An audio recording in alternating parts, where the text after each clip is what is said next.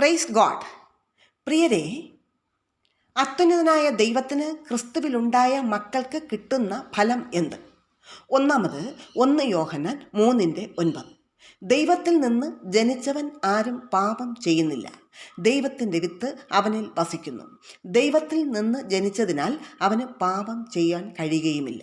ഈ അവസ്ഥ ഒരാളിൽ സംജാതമായാൽ അയാൾ ദൈവപുത്രനാണ്, ക്രിസ്താനുരൂപനാണ്, ക്രിസ്തുവിൻ്റെ സഹോദരനാണ്, ക്രിസ്തുവിൻ്റെ കൂട്ടവകാശികളാണ്, ക്രിസ്തുവിൽ ഏകശരീരസ്ഥരാണ്.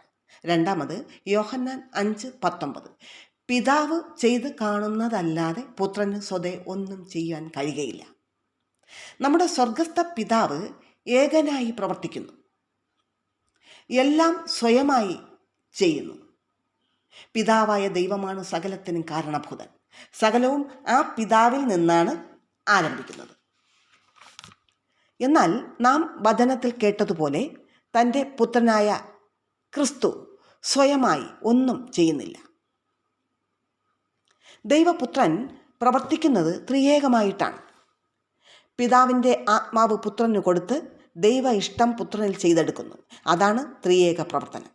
പുത്രന് പിതാവിൽ നിന്ന് ലഭിച്ച പുത്രത്വത്തിൻ്റെ ആത്മാവിനാൽ നമ്മെ നിറച്ച് നമ്മിലും ത്രിയേക പ്രവർത്തനം പിതാവ് ചെയ്തെടുക്കുന്നു. പിതാവായ ദൈവം തൻ്റെ ആത്മാവിലൂടെ നമ്മിലൂടെ ഭൂമിയിൽ വെളിപ്പെടുന്നു. ഇതിലൂടെ നമുക്ക് മനസ്സിലാക്കാം, യേശു ക്രിസ്തു ത്രിയേക ദൈവമല്ല, ത്രിയേക പ്രവർത്തനമാണ് ക്രിസ്തു യേശുവിൽ നടക്കുന്നത്, ദൈവപുത്രന്മാരിൽ നടക്കുന്നത്. യേശു ദൈവം തന്നെയാണ്, ഏകസത്യ ദൈവമല്ല, അത്യുന്നതനായ ദൈവമല്ല. കാരണം യോഹന്നാൻ 17:3 യേശു തന്നെ പറയുകയാണ്, ഏക സത്യ ദൈവമായ നിന്നെയും നീ അയച്ചിരിക്കുന്ന യേശു ക്രിസ്തുവിനെയും അറിയുന്നത് തന്നെ നിത്യജീവനാകുന്നു. വചനം എന്തു പറയുന്നോ, എന്ത് ചെയ്യുന്നുവോ, യേശു എന്ത് പറയുന്നുവോ എന്ത് ചെയ്യുന്നുവോ അത് നിവർത്തിക്കുന്നതല്ലേ അതിൻ്റേതായ ശരി.